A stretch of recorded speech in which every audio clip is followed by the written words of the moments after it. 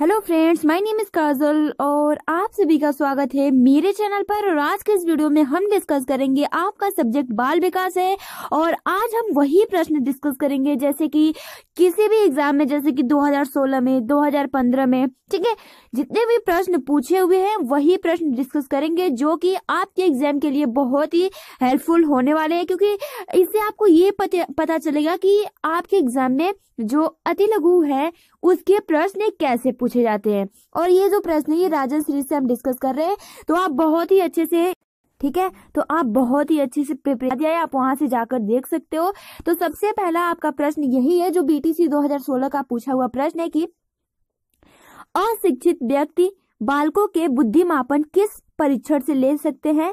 तो अशिक्षित व्यक्ति बालकों के बुद्धिमान मतलब एक व्यक्ति है वो पढ़ा लिखा नहीं है, तो वो किसी बालक का कैसे मापन कर सके कि वह जो बालक है वो सर्वोत्तम है, इसके पास बुद्धि है। तो ये बीटीसी 2016 का पूछा हुआ प्रश्न है। तो वो अशाब्दिक बुद्धि परीक्षण के द्वारा, एक शाब्दिक होता है दूसरा अशाब्दिक होता है, ठीक है, तो अशाब्दिक बुद्धि परीक्षण द्वारा वो उसका मापन परीक्षण कर सकता है।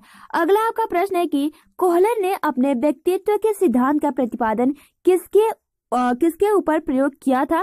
ठीक है, बीटीसी 2016 का पूछा हुआ प्रश्न है। तो कोहलर ने अपने व्यक्तित्व के सिद्धांत का प्रतिपादन किसके ऊपर किया था। तो वन मानुष, जिसे चिंपैंजी भी कहा जाता है। ठीक है, तो कोहलर ने अपने व्यक्तित्व के सिद्धांत का प्रतिपादन वन मानुष द्वारा किया था। स्टेने हॉल ने किशोरावस्था को कौन सी अवस्था बताया है। बीटीसी 2016 का पूछा हुआ प्रश्न है।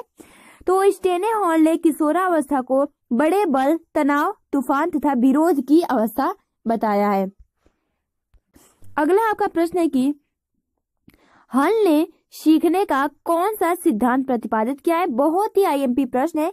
तो हॉल ने सीखने का जो सिद्धांत प्रतिपादित किया वो था प्रबलन का सिद्धांत।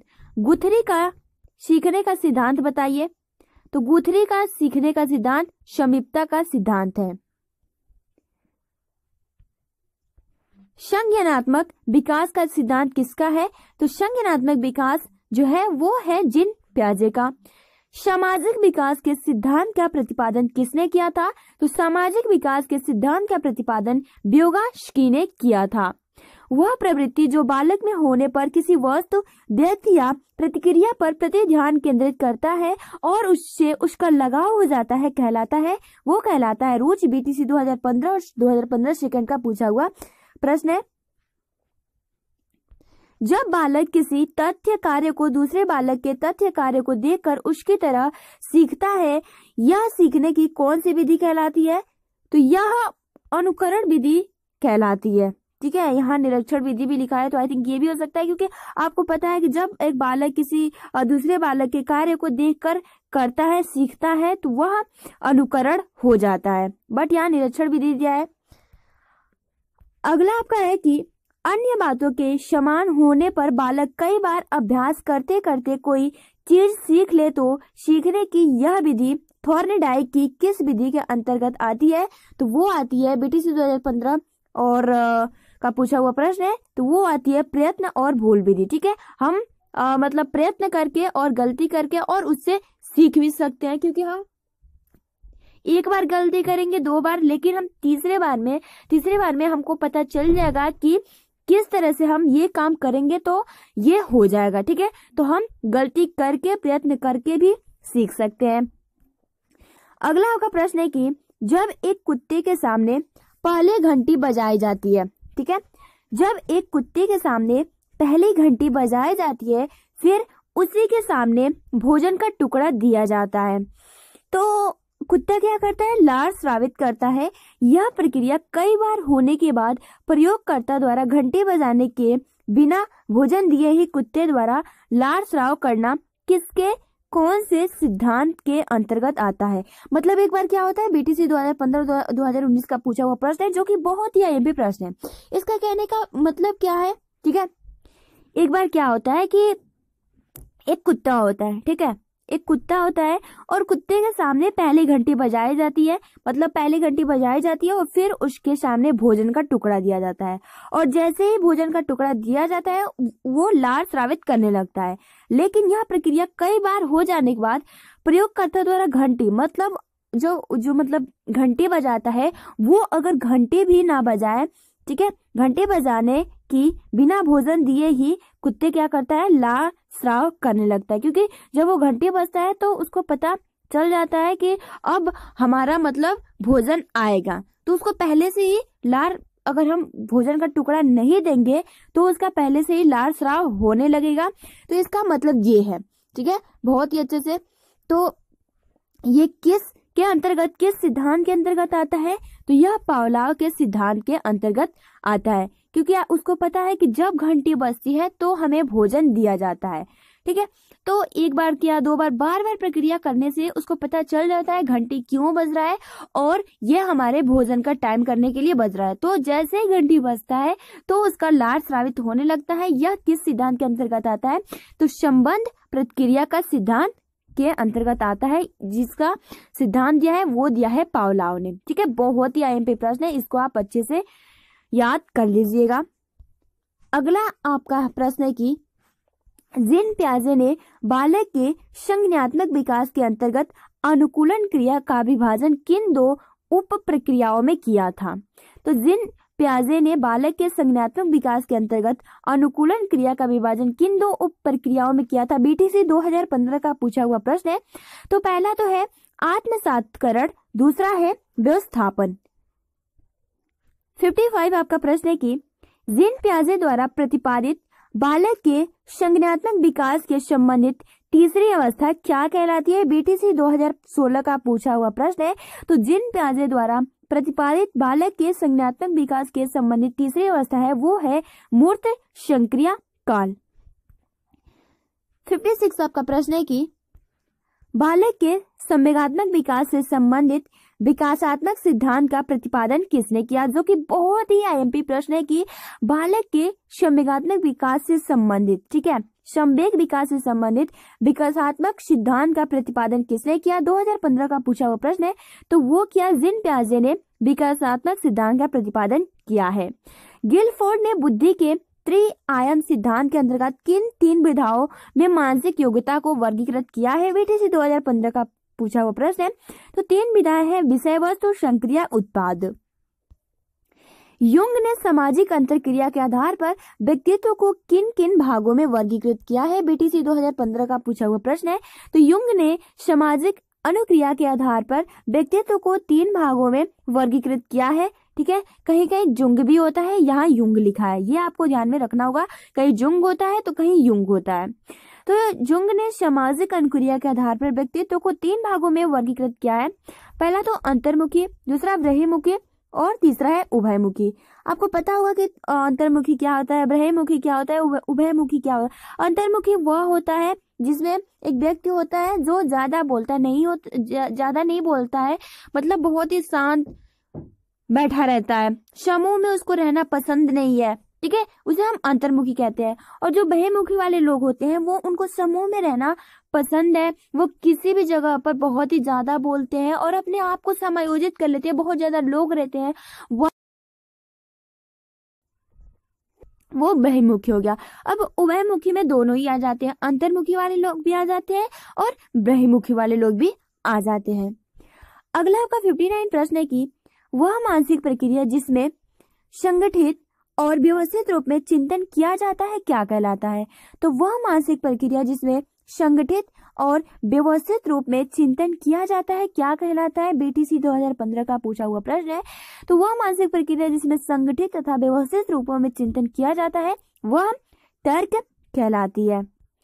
60 आपका प्रश्न है कि बालकों की वह मनोस्थिति जिसके द्वारा विभिन्न परिस्थितियों में व्यक्तिगत तथा सामाजिक समायोजन करने में असमर्थ होता है कहलाती है। तो बीटीसी 2015 और 2015 सेकंड का पूछा हुआ प्रश्न है। तो ये मानसिक स्वास्थ्य कहलाता है। सीखने की मात्रा तथा समय के परस्पर संबंध को चित्रांकित करने पर जो वक्र रेखा प्राप्त होती है क्या कहलाती है। बीटीसी 2015 का पूछा हुआ प्रश्न है। तो सीखने का वक्र कहलाती है। जीन पियाजे ने बालक के संज्ञानात्मक विकास के अंतर्गत अंतिम अवस्था किसे माना है। बीटीसी 2015 सेकंड का पूछा हुआ प्रश्न है। तो औपचारिक संक्रियाकाल। 63 आपका प्रश्न है कि सीखने के किस सिद्धांत के अंतर्गत व्यक्ति संपूर्ण परिस्थिति के प्रत्यक्षीकरण के आधार पर सीखता है? बीटीसी 2015 का पूछा हुआ प्रश्न है। तो गेस्टाल्ट सिद्धांत की सीखने के गेस्टाल्ट सिद्धांत के अंतर्गत व्यक्ति संपूर्ण परिस्थिति के प्रत्यक्षीकरण के आधार पर सीखता है। सिगमंड फ्रायड द्वारा प्रतिपादित व्यक्तित्व विकास के सिद्धांत को कहा जाता है? तो सिगमंड फ्रायड द्वारा प्रतिपादित व्यक्तित्व के विकास को बीटीसी 2015 का पूछा हुआ प्रश्न है मनोविश्लेषण सिद्धांत कहा जाता है। 65 आपका प्रश्न है कि एक ऐसा उत्पादक चिंतन जिसमें किसी समस्या का समाधान करने के लिए गत अनुभवों को नए ढंग से संगठित समायोजन किया जाता है कहलाता है?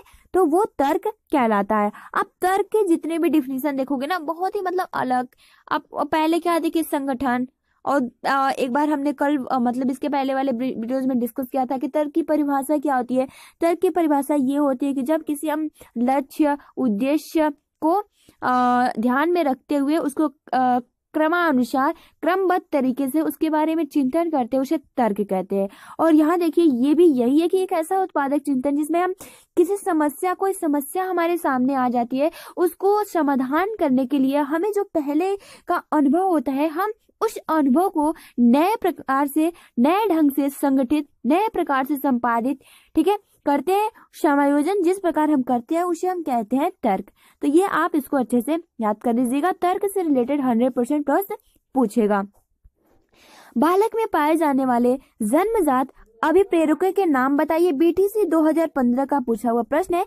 तो बालक में पाए जाने वाले जन्मजात अभिप्रेरकों के नाम जो है वो है भूख, प्यास, नींद। मतलब बालक जब जन्म लेता है जो अभिप्रेरक है वो है भूख, प्यास, नींद, होम्योस्टेटिस, तापक्रम का नियमन, मात्रिक व्यवहार, काम, पलायन, युत्सा, जिज्ञासा, क्रीड़ा तथा हास्य विनोद आदि ये जन्मजात अभिप्रेरकों के नाम है। अगला आपका प्रश्न है कि प्राप्तांक जो किसी प्रदत्त को दो बराबर भागों में बांटता है कहलाता है? तो वो बीटीसी 2015 का सेकंड का पूछा हुआ प्रश्न है वो मध्यांक कहलाता है। अधिगम धारणा, पुनः स्मरण तथा पहचान आदि प्रक्रियाएं किसके अंतर्गत आती है? बीटीसी 2015 का पूछा हुआ प्रश्न है। तो अधिगम धारणा, पुनः स्मरण तथा पहचान आदि प्रक्रियाएं किसके अंतर्गत आती है? तो स्मृति के अंतर्गत आती है। वे प्रेरक जिन्हें व्यक्ति अपने प्रयासों से प्राप्त करता है कहलाता है? तो वे प्रेरक जिन्हें व्यक्ति अपने प्रयासों से प्राप्त करता है कहलाता है व्यक्तिगत अभिप्रेरक। 2015 का पूछा हुआ ये भी प्रश्न है। वह शक्ति जिसके कारण व्यक्ति अपने कार्य को करके या न करने के लिए बाध्य हो जाता है क्या कहलाती है? तो वो प्रेरणा कहलाती है, मोटिवेशनल कहलाती है। बाल विकास के अंतर्गत बाल्यावस्था की अवधि कौन सी मानी जाती है? 2016 का पूछा हुआ प्रश्न है। तो बाल विकास के अंतर्गत बाल्यावस्था की अवधि 6 से 12 वर्ष तक मानी जाती है। शिक्षाविदों ने इसे प्रारंभिक विद्यालय की आयु भी कहा है। जीन पियाजे ने बालक के संज्ञानात्मक विकास की किन दो प्रक्रियाओं का वर्णन किया? बीटीसी 2016 का पूछा हुआ प्रश्न है। तो जीन पियाजे ने बालक के संज्ञानात्मक विकास के दो प्रक्रियाओं का वर्णन किया। वह है पहला संवेदीय पेशी अवस्था, दूसरा पूर्व संक्रियात्मक अवस्था। अगला आपका 73 आपका प्रश्न है कि पूर्व ज्ञान, विषय वस्तु, शारीरिक स्वास्थ्य व परिपक्वता, मानसिक स्वास्थ्य व परिपक्वता, अधिगम की इच्छा व प्रेरणा आदि किससे प्रभावित करने वाले कारक माने जाते हैं? बीटीसी 2016 का पूछा हुआ प्रश्न है। तो अधिगम को पावलोव द्वारा अपने प्रयोग में पहले घंटी बजती थी फिर भोजन दिया जाता था। यह प्रक्रिया कई बार होने पर अंत में क्या पाया जाता है? बीटीसी अभी हमने ऊपर डिस्कस किया जो कि बहुत ही अच्छे से हमने आपको समझाया था कि जब पहली घंटी बजाई जाती है तो उसको भोजन दिया जाता है तो वह लार स्रावित करने लगता है। और यही प्रक्रिया अगर हम बार बार करें तो घंटे बजाया जाए भोजन दिया जाए, घंटे बजाया जाए और भोजन दिया जाए तो वो बार बार लार स्रावित करता है। बट एक बार क्या होता है कि हम घंटे बजाते हैं और हम भोजन नहीं देते हैं, उसके पहले जो कुत्ता होता है वो पहले से ही लार अपना स्रावित करने लगता है। तो यह जो प्रक्रिया होती है वह पावलोव ने दिया था। ठीक है, तो अंत में क्या पाया? तो यह पावलोव द्वारा प्रयोग के संदर्भ में अंत में अनुकरण होना पाया गया। ठीक है, तो ये आपका प्रश्न है जो कि बहुत ही आईएमपी आज के प्रश्न थे। जितने भी प्रश्न है ना बहुत ही आईएमपी प्रश्न है। आप इसे अच्छे से याद करिए। ठीक है, डेली रिवाइज करिए ताकि एग्जाम में कोई भी आप पर प्रेशर ना हो और आप अच्छे से एग्जाम दे सको, क्योंकि आपको पता है कि एक दिन में 3 और 2 पेपर होते हैं। ठीक है, तो 3 और 2 पेपर अगर एक दिन में अगर आप तैयारी करोगे तो मान के चलिए कि अच्छे से तैयारी नहीं होगा। लेकिन अगर आप अभी से, आज से और इसी टाइम से तैयारी कर रहे हो तो बहुत ही अच्छा है। ठीक है, एग्जाम तक आपका जो भी तैयारी है बहुत ही अच्छा हो जाएगा। ठीक है, और सभी सब्जेक्ट जितने भी आपके 8 सब्जेक्ट है उनको टाइम दीजिए। ये नहीं कि केवल आप एक ही सब्जेक्ट को टाइम दो तो फिर और सब्जेक्ट में थोड़ी वीक होगा। तो इसलिए सारे सब्जेक्ट पर अच्छी तैयारी, फोकस सारे सब्जेक्ट पर होना चाहिए। फिलहाल आज के लिए इतना ही। आप अपना अच्छे से तैयारी करो। इसका पीडीएफ मैं टेलीग्राम पे शेयर कर देती हूँ। आप टेलीग्राम से ज्वाइन होकर इसका पीडीएफ डाउनलोड करके और अच्छे से नोट्स बनाइए। और अगर फ्रेंड्स मित्र यूपीडीएलएड के फर्स्ट सेमेस्टर में है तो आप उनको ये वीडियो जरूर शेयर करिए ताकि उनको भी कुछ हेल्प मिल सके। और आपको वीडियो पसंद आई हो तो लाइक कर सकते हो। ठीक है, और अगर आप हमारे चैनल पर नए हो तो चैनल को सब्सक्राइब भी कर सकते हो, क्योंकि अगर आपको इस चैनल से कोई भी अच्छी इन्फॉर्मेशन लग रही हो तो आप इस चैनल को सब्सक्राइब कर सकते हो। और हम खासकर यूपीडीएलएड फर्स्ट सेमेस्टर के लिए ज्यादातर हम वीडियोस बनाते हैं। ठीक है, तो अगर आप फर्स्ट सेमेस्टर में हैं तो आप चैनल को सब्सक्राइब कर सकते हो और एग्जाम